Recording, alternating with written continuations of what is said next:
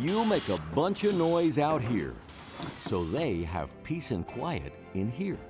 Because there's no better sound than the squeak-free guarantee from Advantech Subflooring and Advantech Subfloor Adhesive.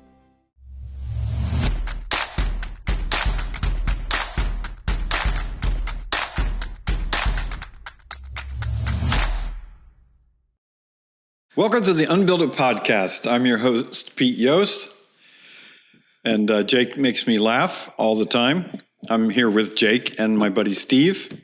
Hello. Good day. And this episode's topic is ventilation.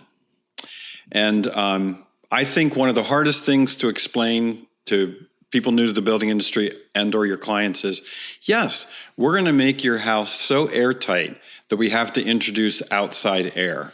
Oh, when you said venting, I thought you meant like, I had this client the other day, and I thought that's what we were getting ready to do. I need to change my notes here. Never mind. You were so counting on being able to vent. I thought this was a podcast about bitching about clients.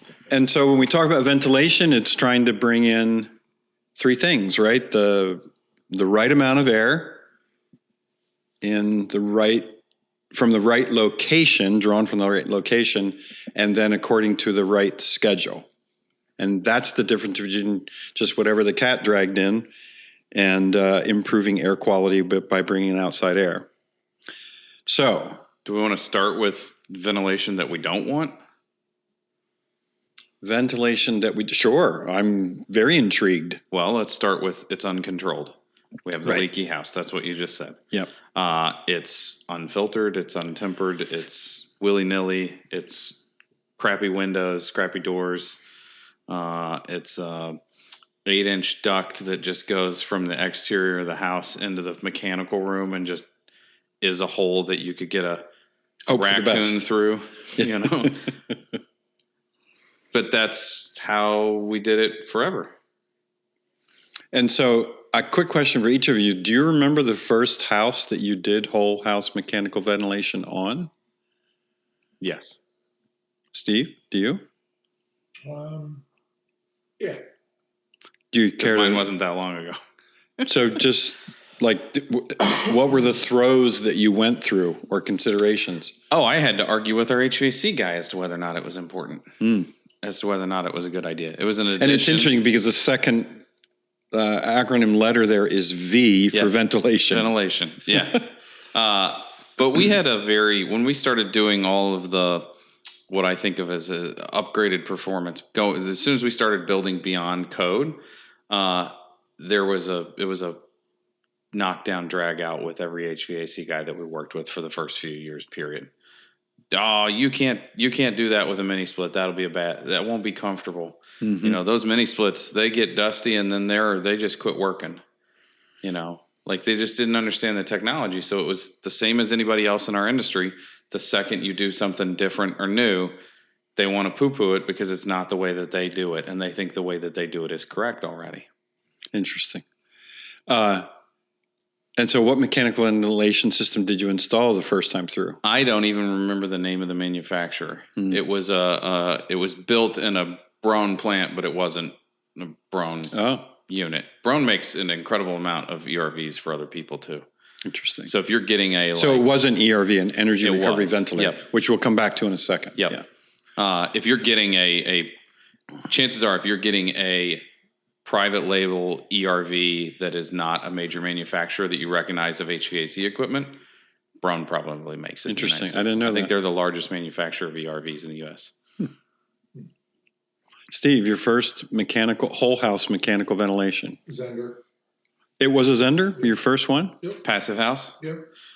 That passes So that house same on, project, the first passive house that you did? Yep. Yeah. Did you have any trouble selecting the system or working with your Nope. HVAC Zender contractor? was a top-notch system back then, or top-notch company that was very collaborative effort. The builder was very good, open-minded. We were all kind of Trying to learning, figure it out. Trying to figure it out. So the builder just used it as a learning experience. Good mechanical contractor. did you already had contacts at Zender at that point too, right? Yes. John? Yep. John was there. So So did you get that relationship as the result of this, or did you already knew him? John was a professor, right? He was one of my professors in college. Oh, okay. Yeah. He had a long, John Rockwell. who's no longer at Zender. Wow. Okay. Oh, interesting. He's moved on to other high performance companies. So he's actually in Russell, Switzerland as we speak. So we started with probably the high end of how you can fulfill the requirements for whole house ventilation. Being an ERV. So let's go through what the options are in terms of how can you ventilate the whole house. We're pretty much going to start at the opposite end, which is continuous exhaust. So how does that work? It goes and dumps it outside. And then you can never exhale. Steve, we're telling jokes over here. So if you ran your range hood, if you ran your range hood 24/7, that would be continuous exhaust, right? Or a bath fan. And you're right, it is a continuous sucking sound without relief. And it's the least expensive, right? And carries the biggest penalty probably. Well, and not only that, but it probably satisfies the least well, right? Because where is the air coming from? It's still coming from where the cat dragged in, right? There's no dedicated source. Honestly, you said cat dragged in. Do you know that I did a ventilation system for a cat litter box that was on a motion detector for a project? Wait a minute. You did a dedicated ventilation system to the for cat kitty litter. box that was on a motion detector. It's pretty genius, actually. Why not? Did you have to mount the motion detector down low? It was the cat litter box was in its own like little micro room. You've never told me this story before. Yeah. So Can you elaborate a little bit? That's what the cat dragged in. It was a very extremely successful client. That was just part of the project. Man, was there the same level of odor control for other potential sources of odor in the building? The project we were working on, it was incredible what we were doing there. And this was just part of that. Substantial budget. Yeah, it was. Lots of options, lots of choices. So 4 figures a square foot. 4 figures a square foot. Yikes.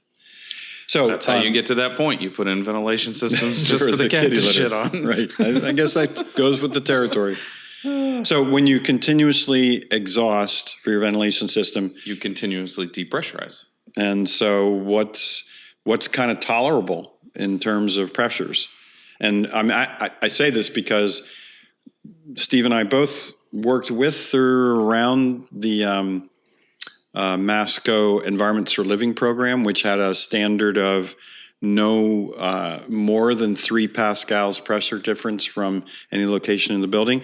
And I've heard Joe say that, 3 pascals is sort of a general, you don't want to go beyond that in terms of the penalty that might be involved. Steve, did you ever hear anything different than 3 pascals? What we would test for and such. Yeah. Well, and there's a 300 or 400 CFM breaking point on, or at least there was in the code. I'm not sure exactly how it reads in the 2021, that if your range hood was under 400 CFM, you didn't have to provide makeup air for a long, long time. Oh, yeah. And that's why you see, when you go shopping for fans, you see a bunch of them rated at like 395. And we started this conversation sort of with whole house mechanical ventilation, but we're kind of bleeding into the fact that there is a standard, and that includes not just requirements for whole house mechanical ventilation, but also requirements for spot ventilation. Yep. As part of the whole package. But for the whole house element, that means that you're slightly depressurizing the building, which would probably be better in a cold climate than in a warm climate or hot, humid climate. Because if you're slightly depressurizing during the winter, you're sort of keeping more of the moisture out of going into building assemblies. You're pushing less of your warm, moist air into the wall. Into the walls, exactly. So there is a slight preference to do continuous exhaust in cold climates, but they're always the least expensive approach to meeting the mechanical ventilation requirement. But a lot of times we make the pressurized argument slightly under pressure to help with like soil gases like radon. Yeah. So it's a bit of a tricky game to play if you're not going to do balanced. And so we're going to come back to that in a second. So of course, if you can do continuous exhaust, you can do a scheduled supply, which again, the limit would be not to pressurize the whole building more than 3 pascals positive. But there are actually 2 types of supply systems. The supply system that is just a network throughout the building to slightly pressurize it, or the central fan integrated supply, which Steve, was dear to our hearts during the Building America years, because one of the engineers on the Building Science Corporation team was Armin Rudd, who had sort of developed his own patented system for central fan integrated supply. And all that means is that the duct from the outside comes into the supply plenum, and every time the supply plenum or the return plenum? Well, I'm sorry, the return plenum. Thank you. And what would happen is because you're adding a little bit of pressure, it's a supply and slightly positive, but the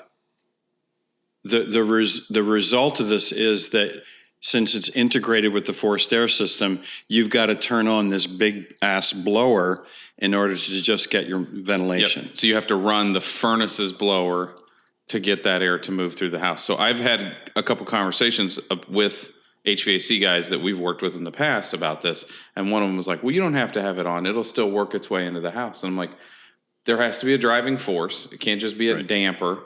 And if it's dumping into the return side and the fan on the furnace is not running, the path of least resistance is backwards out of the return side, and now we're not filtering it the way you were making an argument that you are filtering. And for those listening, the reason you dump it on the return side, not the supply side, is because then you're on the outside of the filtration device.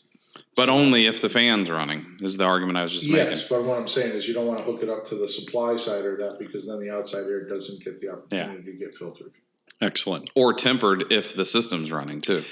And one of the advantages of the system is that you're now, rather than dumping all the air into one place, it's being distributed throughout the whole building. But Armin's system wasn't only, it was reliant on the motor from the air handler. And you had to have one of the multi-speed motors, right? It wasn't, like, his device was based on the fact that you could run the air handler at a much lower speed when needed. Well, I think not initially. In the most early systems. I'd have to check. I thought it was because it was an ECM motor. It's like electrically commutated or something. Yep. Motor, and that's what he developed his system on. But his system was basically, as I understood it, the brains were, it monitored the runtime of the unit, and it would have a timer so that if the duty cycle was 20 minutes on, 40 minutes off, it would watch the motor for the air handler. And if it didn't come on in 20 minutes, then it would turn on the motor at low speed, introduce or induce the ventilation into the house without introducing the heat or air cooling. And so the cool thing was, if it was calling for heating or cooling, you would get for free the ventilation. But if it was the shoulder season, and particularly, and it wasn't calling for heating or cooling, then you had to start the motor just to do the ventilation. So essentially the timer was just picking up the slack time. Perfect way of describing it. The unit wasn't running. Now the benefit of that is you're already paying for the ductwork. So the whole distribution to every room in the house has already been installed because it's in there for heating and cooling. I mean, in some sense, Armin's thing was genius. The problem is that it doesn't do anything for humidity. Well, neither does an exhaust fan. I agree. Right. But so what we're doing is we're sort of going from the least expensive, the simplest system, and working our way up. Certainly the central fan integrated supply is more expensive and more sophisticated than just straight supply side, which is pretty similar to what happens on the open supply system compared to continuous exhaust. And we're moving from sort of a $200 to $300 range for continuous exhaust up to maybe $500 in the range for central fan integrated. Maybe a little more than that. Maybe a little more the than defense that. of Armin's system was that I remember we, I forget the name, but we did that big stucco house right down the street from, I do remember the name, I'm just not gonna say it, from Building Science Corporation. And I remember testing it with Armin on there. Cool. We went everywhere throughout the house and we were within 1.5 degrees of temperature. Mm-hmm. And that's like up against the ceiling on the second floor and near the basement of the slab on the basement. And we were within 1.5 degrees everywhere in the house. Yeah, that's if it's a well-designed HVAC system, you're going to get well-designed ventilation. Yeah. But there's always this tension between how much air is needed for ventilation, which is significantly less than what's needed for space heating and cooling. And so that moves us to the next category after central fan integrated supply, to balanced. And that means the same number of CFM coming in and going out. And now we have to have a different ducting system or not, right? Because once again, we're going to have that choice. Can we accomplish balanced ventilation through the existing ductwork, or do we go ahead and establish a new ductwork system for the whole house ventilation? Right. And I think that system then gets broken down into two types. Because the distribution I'm trying to think if there's more than the two, but I know there's at least two. So there is what I would call the big duct system and the little duct system. Mm-hmm. So the big duct, and it's duct, not duct. The big duct system is like a renew air system, where you have a pipe that comes in and out of the house and a pipe that in and out of the outside. Right. And then one that goes in and out from the house. So it's basically 4 large ducts that dumps into some main room. And, we've done it where we've done some smaller ducts go wying into a bigger duct, and that one big duct goes outside. So you can pull from like a bathroom or two in the kitchen when the system is on. But when it dumps, it just basically dumps into a big room somewhere. And then you rely on, just the natural integration of air to move it around. The small duct system is like a Zender. You have dedicated 3-inch ducts that go to every room in the house, and they push and pull on that room. And when you're thinking through design, certainly the Zender system is going to be more demanding in terms of design elements to make sure. It's going to be more demanding, but it also is the better of the systems. Yeah. Because it's taking distribution to the extreme. And so when we talk about the two types of balance, we also have within that 2 types of heat recovery systems. Yeah, because you can balance the big duct system too. Right. Just as much as the little. It's a question of, do you want to have, the system integrating into each and every bathroom and bedroom, or do you want to integrate it to just the big room in the house, the great room? And then, of course, there's the biggest reason for doing these is budget and expense. Yeah. Because 4 ducts to a unit that's a little smaller than the Zender, it's a lot easier to solve for than it is running 30 or 40 pipes through the house. So for the big duct, either heat recovery or energy recovery ventilators, we're talking in the price range of several $1,000s. Yeah, I say you're probably under $5 for a lot of the ones that we've done. Something like that. And then when we go to the energy recovery or heat recovery ventilation system with the little duct, now we've moved significantly above 5. More than doubled. More than doubled. Yeah. It's a double to start, depending on the size of the house. But like Palladora Homes, we use Renew Air all the time. And that was the big duct system. Yeah. So we're going to now talk just a little bit about the difference between heat recovery ventilation and energy recovery ventilation. And this comes up all the time with my clients because it's not easy to explain the 2 different systems. And there's a lot of debate about the benefits of an ERV over an HRV. So in a heat recovery ventilation, the only exchange across the heat exchangers built into the system is to pick up the sensible load. So whatever moisture is moving through, if you're bringing in cold, dry air and you're sending out warm, moist air, you're recovering the BTUs in there, but not the moisture content. There's no... Why is that? Well, because in order to capture the energy in the moisture, you have to have some type of enthalpic wheel or medium that allows the transfer of some of that moisture content. So in a residential ERV or HRV, the membrane basically in the core is different. Correct. And part of that reason is because the air that is likely to be winter temperature in an HRV could cause that membrane to freeze. Well, It could cause damage to that membrane. yeah. So in both HRVs and ERVs, you have to be very careful about accumulation of moisture that will freeze the system, which engages a defrost cycle. And of course, that's a huge energy penalty. So you'd like to keep the heat exchange in such a way that, it's a gradual thing. From the first plate or exchange membrane to the last, you have an opportunity to sort of slide, right? So you don't have really different streams. So in a perfect world, is there a seasonally a better time to have an HRV or an ERV? Yeah, so that gets really complicated because it's by climate and then by season. So let's use Climate 5 as the example, because that's where we're from. Yeah.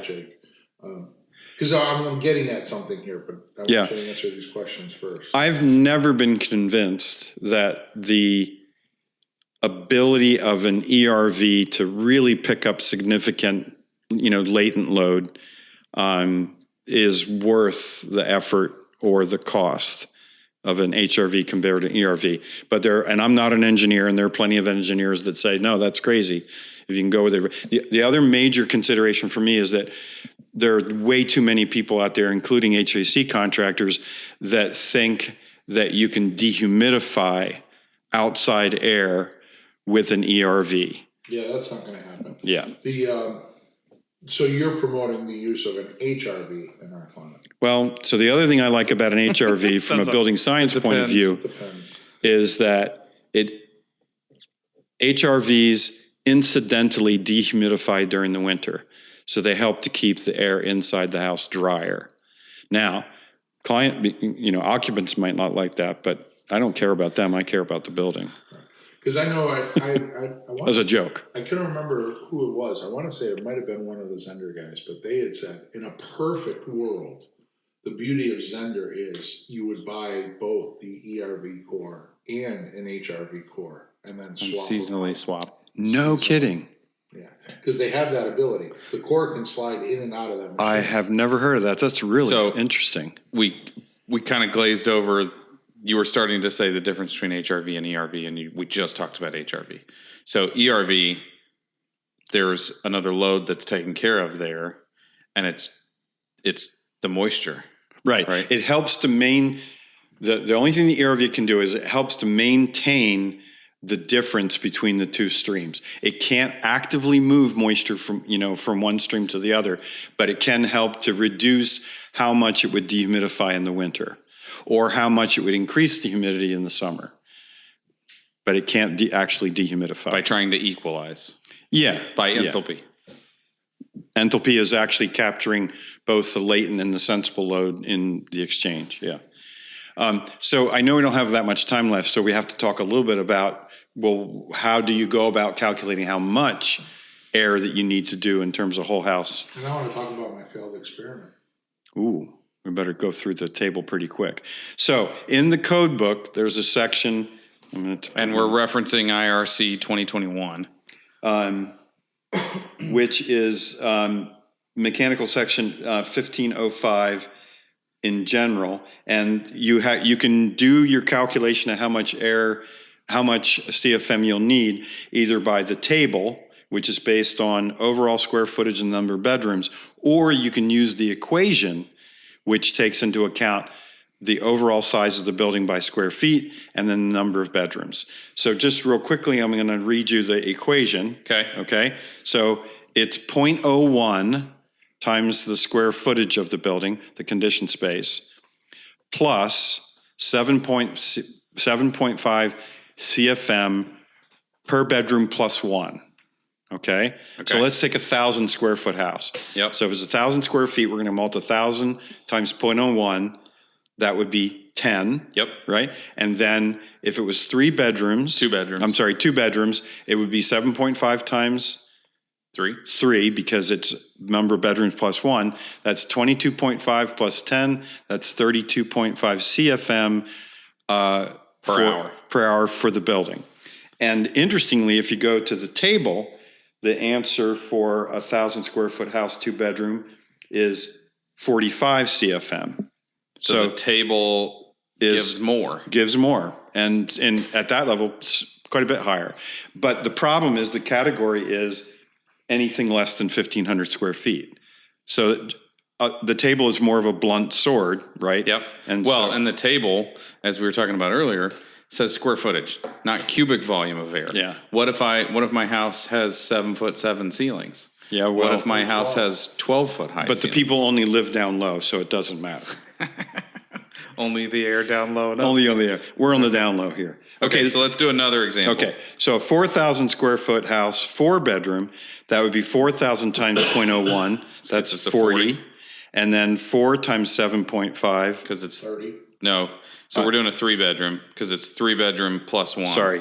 That's 7.5 times 4 gets us to 30. Correct. So then we're adding 40 and 30. Steve, can you do that in your head? No.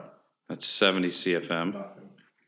And in the book, so for the requirement for that number is 3 bedroom.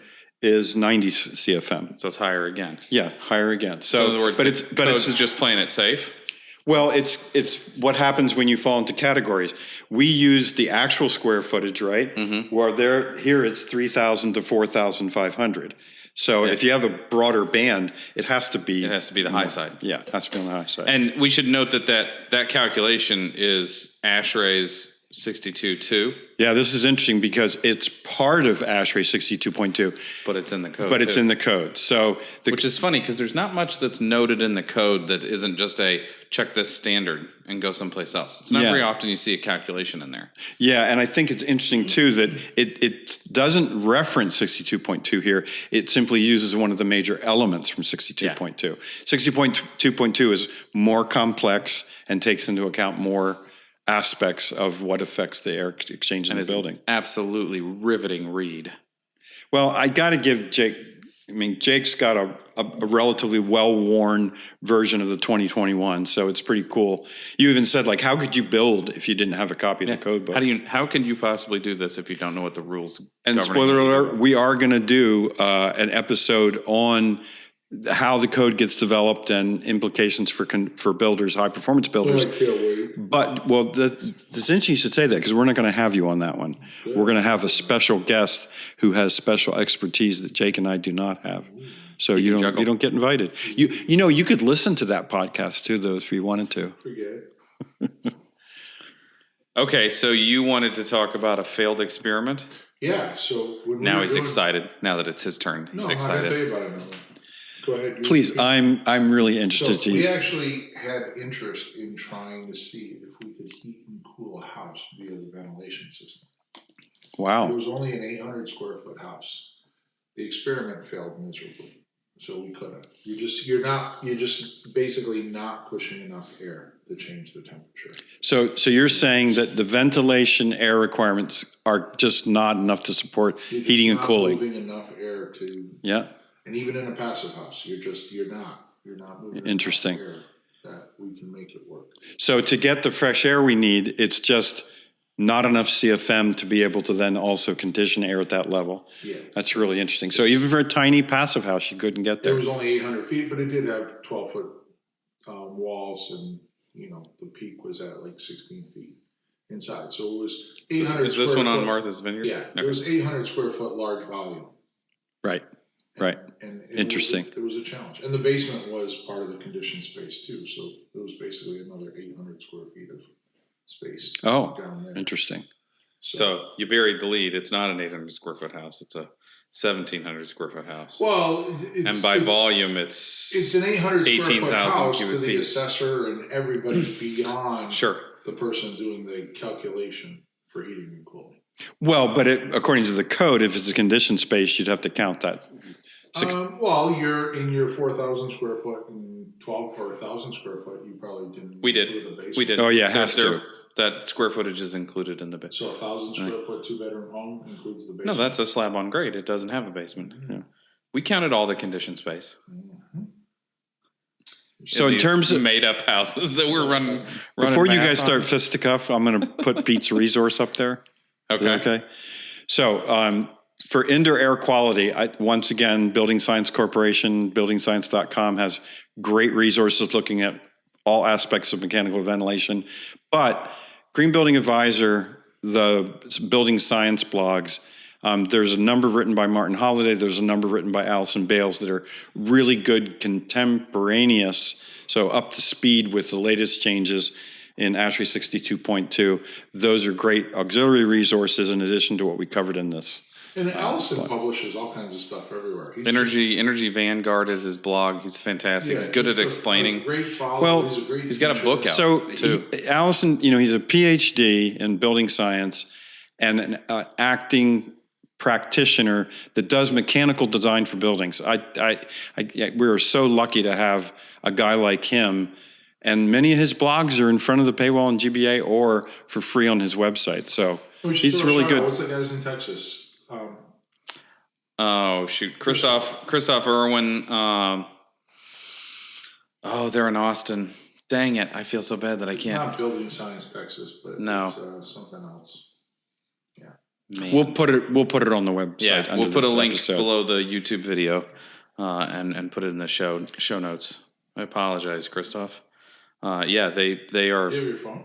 They're doing incredible. I don't, because we're recording and I didn't want it to ring and it'd be a distraction. I didn't You know what use- that's like. Ooh, a little bit of a sore point at the end of the podcast. And on that note, we want to thank you very much for tuning in. And Jake's going to tell you all about how to do the proper social media etiquette related to do the the UnBuild thing It for the Podcast. stuff with the thing. Like and subscribe, hit the little bell so that you get a notification every time we publish a YouTube video. Steve brings up a valid point now at the end of the episodes. We're publishing 2 videos a week, one on Tuesdays, one on Thursdays. Right now, when this one publishes, you're still working through your Before the Build series on our Hilltop Arrow House. With Big Red. They're really good. They're And really he's good. literally just going through the plans and talking about every decision that was made in the design process and the pre-planning aspect of the construction process. You're right, they are good. Yeah. I didn't want to give him credit for it, but they're pretty good. So every Tuesday, every Thursday, there's new content from us on YouTube. And then first and third Thursday of the month, this thing publishes both on YouTube and your favorite audio platform for podcasts. Go to iTunes, leave a 5-star review. That helps other people find us, and that's why we're doing this, is to share this information. We know this. We talk about this. We want to share it with other people now. So help us do that. Thanks for watching. See you later.